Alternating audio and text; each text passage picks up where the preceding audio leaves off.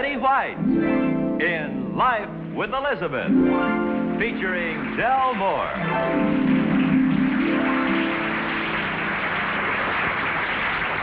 Incident number 1 in the life of Elizabeth occurred because of Bill Dunning. That's all I remember. I don't know who Bill Dunning is any more than you do. Let's go find out. Elizabeth, who's Bill Dunning? Well, I seem to remember this episode's about somebody named Bill Dunning. Oh, they're dunning you to pay your bills. I remember now. The collection agency.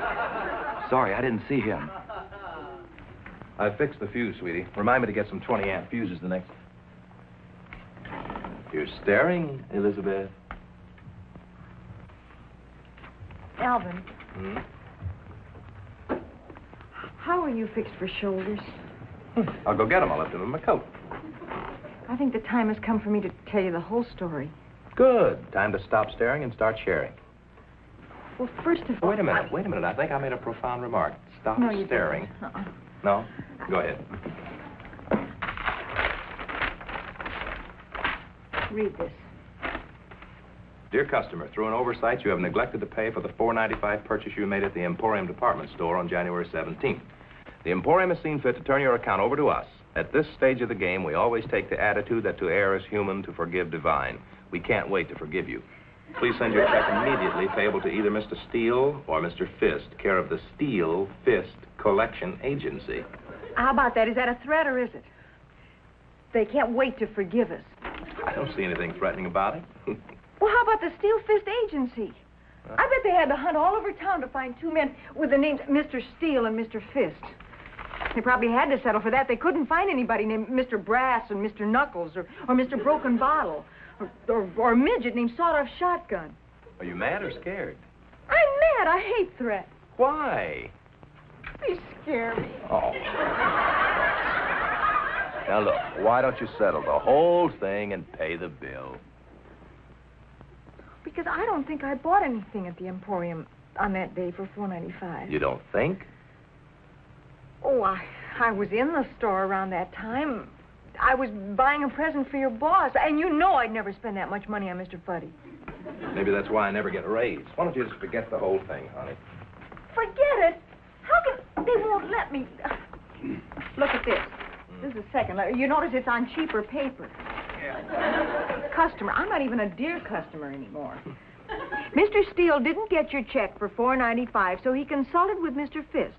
Mr. Fist didn't get your check either. They were forced to conclude you didn't send the check because Mr. Steele and Mr. Fist very seldom lie to each other. Are you still scared? Well, sure I am. What kind of a mind would sit in a dingy office and write up a letter like that? They might do anything. So you got 2 little letters. 2? Look here. Look. This one came about 3 months ago, and this one arrived about a month later, and since then they've been coming in every second day. Why didn't you tell Here's me? number 3. Why didn't you tell me about it? Because I'm sure I didn't buy the whatever it was for $4.95. This is on foolscap with lines. This is the cheapest stationery we have. We want you to feel at home. No to you, no check for $4.95.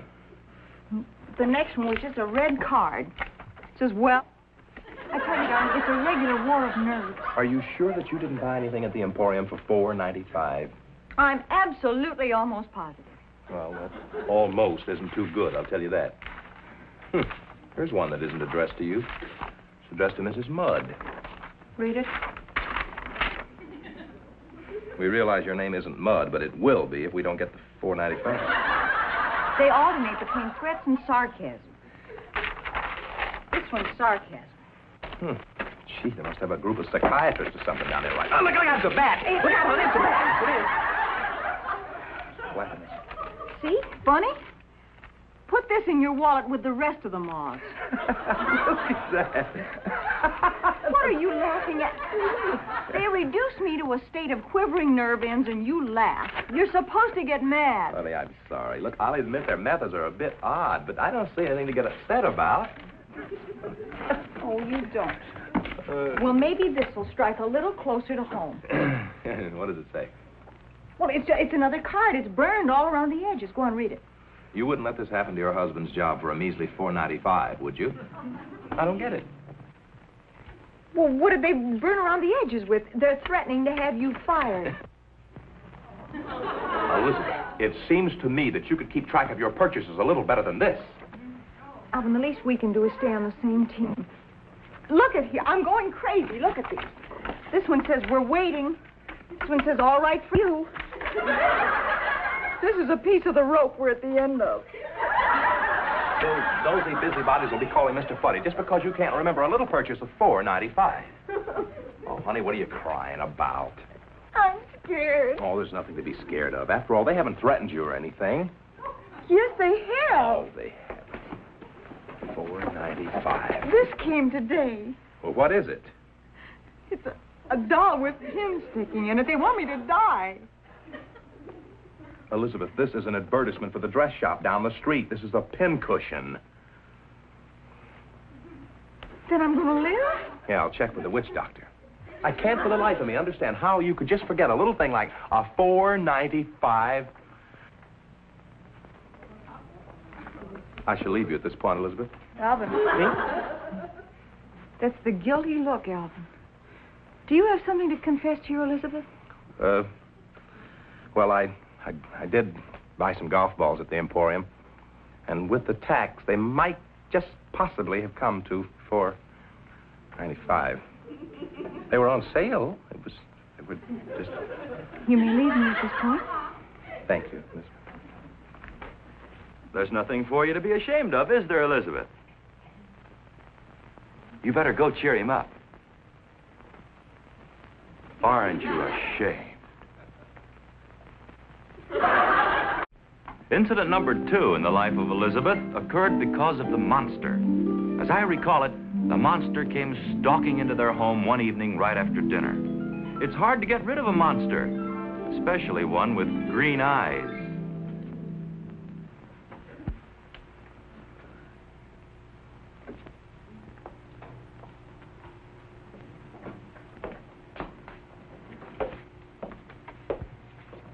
Set your hair on fire someday doing that. Yeah. Hey, you're missing a good show. Althea Swinburne's playing 2 different parts. What are you stalking? Ants. Look, huh? They go all the way across there, and up there, and across under there, and down there. Huh. Althea who? Swinburne. Say, why don't you put some powder where they start? Well, I don't know where they start. They're going in circles. Well, they start from outside. Put some powder on the windowsill. I did that this morning. This is a detour. Who's Althea Swinburne? Swinburne. Look, honey, if you put the powder all along here instead of all in one spot, it'd work. Boy, I'm going to miss the last act. Come on, watch your work, honey.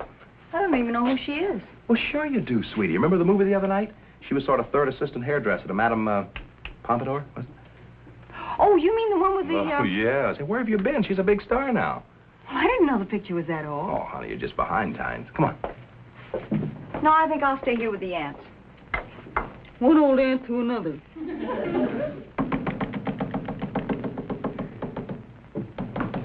How do you like it? I come in here and I spend 2 minutes yakking with you, and I miss the whole last half of the act. I was under the impression we were discussing a matrimonial problem. What matrimonial problem? I thought we were talking about the eradication of insects, but I find we were just yakking about ants. You mad at me? No, of course not. Let's yak about our happy marriage. Atta girl. I thought for a minute or two you were mad at me. Hey, honey, where are the matches? Tell me more about Healthy Swinburne. Althea, E-L-T-H-I-A. Honey, I can never find a match in this house. Alvin, Hmm? do you love me? Well, sure. Say, whatever happened to that old cigarette lighter I had? Alvin, I just asked you if you loved me. Honey, of course I love you. Look, now, I had an old cigarette lighter around here. That kiss made me feel a little bit like unhealthy Elizabeth. Oh, I get it. Here. How's that? Well, you can do better, but I'll accept that. Okay. Guess where your matches are. Matches? Inside watch pocket. How about that? You ought to hang this up, honey. Althea Swinburne would never... What's this? Oh, that's a movie magazine. Picture of her in there someplace. Someplace. It was turned right to the page. Oh, there she is. She's healthy, all right. Funny part of it is she can act. You should have seen her on television just now. She played two parts, two sisters. One was the grand lady of the manor, and the other one was real slinky. You can talk plainer than that. Well, let's go relax here. Oh, don't lose the magazine, honey.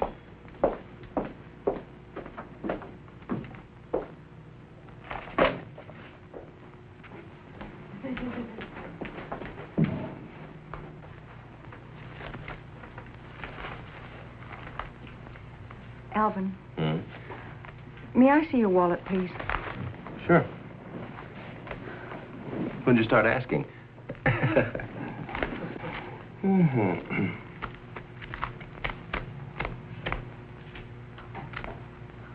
What happened to that picture of me? Oh, yeah, I meant to tell you about that. You remember when I got that last traffic ticket? For going too slowly on the freeway? I remember. Well, when the cop asked to see my driver's license, I accidentally tore your picture in half getting out the license. Alvin, that was 6 months ago. Yeah, I know. Well, I just keep forgetting to ask you for another one. You know how it is. Well, there's such a thing as pasting a picture together. Yeah, I guess I should have, but, you know, I just didn't think about it. Alvin. When would you like the divorce? What did you say? Let's face it, you married the wrong type of girl. I sure did. I married one with rocks in her head. What kind of talk is this? All these years, I thought we were so happy. We weren't. Oh, I was happy, but you were searching. Oh, don't get melodramatic, Elizabeth. Oh, it's easy for you to say don't get melodramatic. None of this touches you. You have a heart as cold as a pickle. Pickles aren't cold. You see, all you care about is my choice of words rather than what I'm saying. Well, go to her with your pickled heart. Go to who? To whom? To whom? Go to whom? Always gone for the same type, Alvin. Every girl you ever went with was a tall, statuesque blonde, except me. Like whom? Who? Who? Like Gloria Applegate in college. Oh, honey, now you know. Francine Smith in high school. And Purine West in junior high. And Gwyneth Johnson in 24th Street Elementary. Gwyneth Johnson was a 9-year-old skinny little brunette. She grew into a tall, statuesque blonde, and you knew she would at the time. Shall we start talking sensible, darling? Darling. You say it so easily. Darling, sweetheart, honey. Just like a parrot. Your darling would have more snap to it if you were saying it to Althea Swinburne. Swinburne? You pronounce it your way, I'll pronounce it mine. Is she what started all this? Let's put it another way, Alvin. She finished all this. Oh, Elizabeth, come back here. Elizabeth! Listen, don't tear that magazine. Give it back. Very well, Alvin. Oh, don't look so stricken, my dear. I think I've known this for quite some time. My dear. You'll take care of the ants after I'm gone. Now, you sit down and listen to me, Elizabeth. Sit down. You see, Alvin, some men just prefer a certain type of woman. But they marry the opposite type just to spite their subconscious. I married you because I loved you. You notice you used the past tense? You loved me. As in, you used to love me. Used to. Yes, and you're also used to me. I didn't say that. Don't yell, Alvin. Now, I think what you ought to do is find a girl like Althea and forget me. After all, the magazine says she isn't married yet. The two of you could get married and live quietly somewhere where you can be happy. That's more like it. Now we can talk. Alvin, why did you marry me? I'm short and dumpy. You're not. You're beautiful. Present tense. Didn't we take each other for better or for worse? Oh, there's a compliment. I'm sorry. I'm so much worse than you took me for. No, honey, I married you because I love you. You married me because you were afraid of Mama. Oh, for goodness sake. Mama.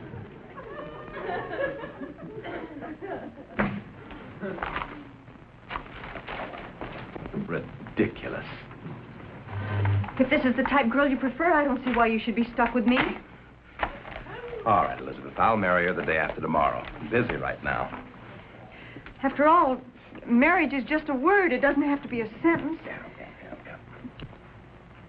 Did you hear what I said, Alvin? I said matrimony is just... What are you marking up her face for? Why not? Contest is on this side of the page. You bought the magazine for a contest? Didn't bad at all. Found it on the bus. Sit down. Look, honey, if we multiply certain numbers by 9, we might win a boat or something. Okay, get a pencil. You're good at this sort of stuff. There's one over there. 9 by 9 is... Alvin, do you mind if I do just one thing? Could I put a mustache on Althea Swinburne? Be my guest. 9 times 9 is 73, 60. Elizabeth. Thanks for getting jealous. You're welcome.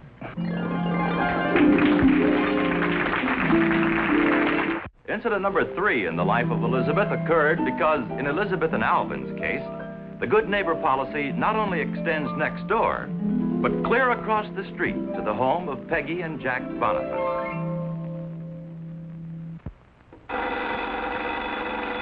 Answer it. I made the sandwiches. You're eating them, too. Hey, honey. Hello? Hi, don't turn it back up. Hi, Jack. How are you? Jack Boniface.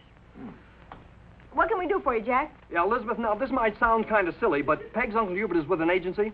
Yeah, and Peg and I have been writing a bunch of jingles for the agency for Uncle Hubert, for the television. You know, for fun, for free. Unless, of course, maybe they're good enough to be paid for them. Well, we wondered if you'd be good enough to listen to the jingles before Uncle Hubert listened to the jingles. Peg's Uncle Hubert is lost in the jungle. Oh, my God. Ask him, can we do anything? Jack, is there anything we can do? Well, we wondered if you'd see if we're on the right track. He wants us to help track him. Oh, my gosh. Listen, Help. look, Jack, you bring the maps over. Alvin's good at this sort of thing. Now, don't worry. We're out in the den, and just come right on in. The back door's open. Right. Bye-bye. Okay, honey, bring all the stuff. Are you sure they don't mind listening to No, jingles? of course not. Incidentally, Elizabeth said something about bringing over some maps for some reason or other. Maybe they're going on a trip or something. Anyway, there's one in the car. Good. Here. Did they say what jungle the old boy was lost in? No, and with all the good intentions in the world, I can't see what kind of help we're going to... Alvin, put your shoes on. Jack could spend more time watching Uncle Hubert and less time washing the car. How about yours? Oh. Well, it's Peggy's Uncle Hubert, and you know how nervous and high-strung she is. Oh, gosh. So if they act a little strange, now don't think... Here they are. Now, listen, just remember the one thing we have to do is stay calm. Like nothing happened. Here we are, kids. We're out here. Come on in. Hi. Peggy. How are you? Alvin. Alvin? Jack. How are Come on over. Fine, thank you. Hope you don't mind our bringing our problems to you. Listen, what are friends for? Here's the map, Alvin. Still the one we have. Well, give us a starting point. Anyway. Well, how long has it been since you've seen him? Who? Peggy's uncle. Oh, a couple of weeks. Peggy wants to sing to him over the phone. Can you imagine that? He's cracking up. Where was Uncle Hubert last seen, Peggy? With zeros. Oh, Show him the one about the lion and the tiger. what's he so happy about? I think they're both cracking up. Nerves. Got it? Good. Here we go. Now remember, this is visual. The angry lion says... And the peevish tiger says... But the very best is the fit you get when you wear Fitzsimmons shoes.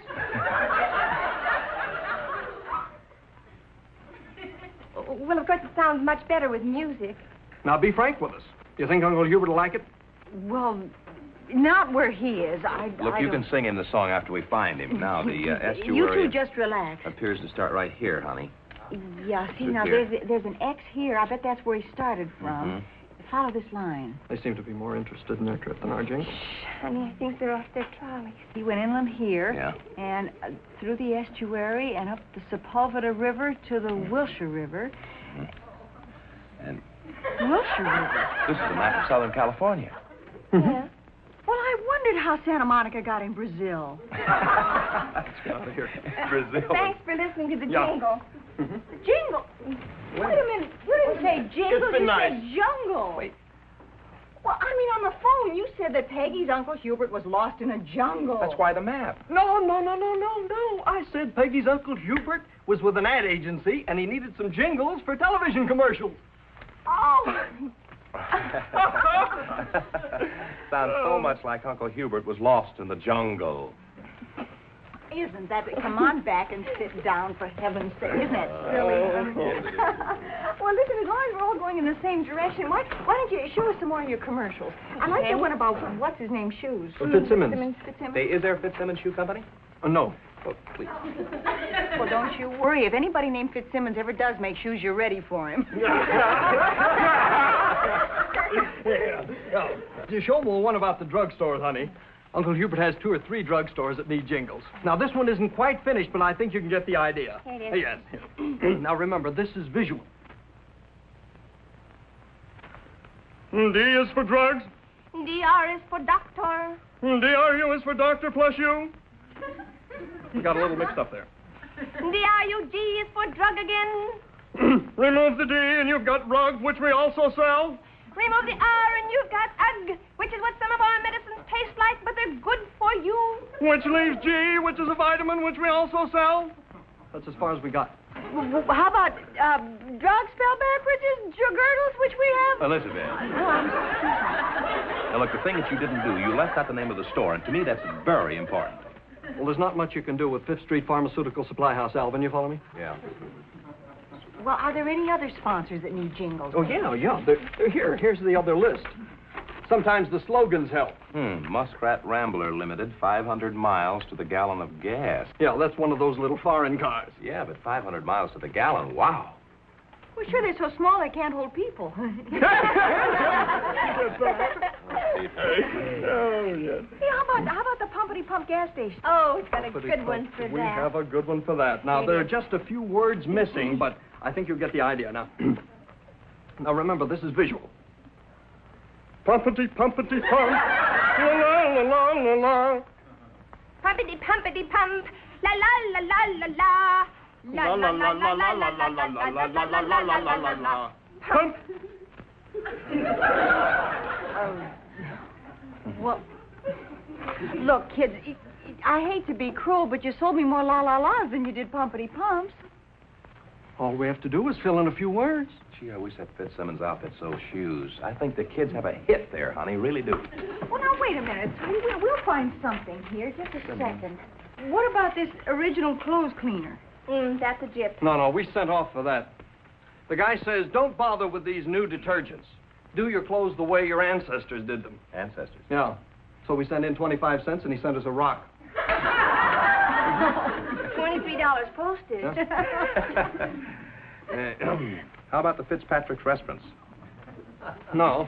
We tried that. Nothing rhymes.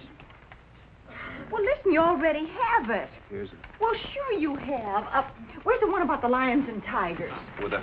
Me? Right here. Right here. Sure, here. Look, just change these 2 words. Yeah, now try it. The angry lion says, and the peevish tiger says, but the very best fit is the fit you get when you eat Fitzpatrick Foods. What's next? We have the Ladies Reupholstering Incorporated. That's a corset company. Wait a minute. I think I'm getting something. Wait. Listen. How about this? Honey, it's delicate. It's delicate. The delicatessen for you.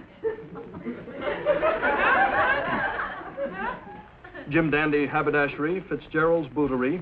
That's Wait a it. minute. You weren't listening, honey. It's delicate. Bootery. Bootery's a shoe company. Get out of the way, honey. Look, now wait. Get a hold of it. Look, You know how those walls... get that thing. Where is it? Here it is. Oh, the lion and tiger. Now, here, we just changed Fitzsimmons to Fitzgerald. That is it. Right? Yeah. It's delicate. The angry lion says, It's and the delicate. peevish tiger says, but the very best fit is the fit you get. Hey. It's half-past pastrami. Say goodbye to the people. Goodbye, Goodbye, everyone. Now, look, I think that'll do it for this week. Goodbye. Now here to say goodbye to you is the lovely star of our show, Betty White. And thank you, everybody. Thank you. Maybe you'd like to hear how the jingle wound up. It's delicate. It's delicate. Betty, say goodbye to the people. Goodbye, people.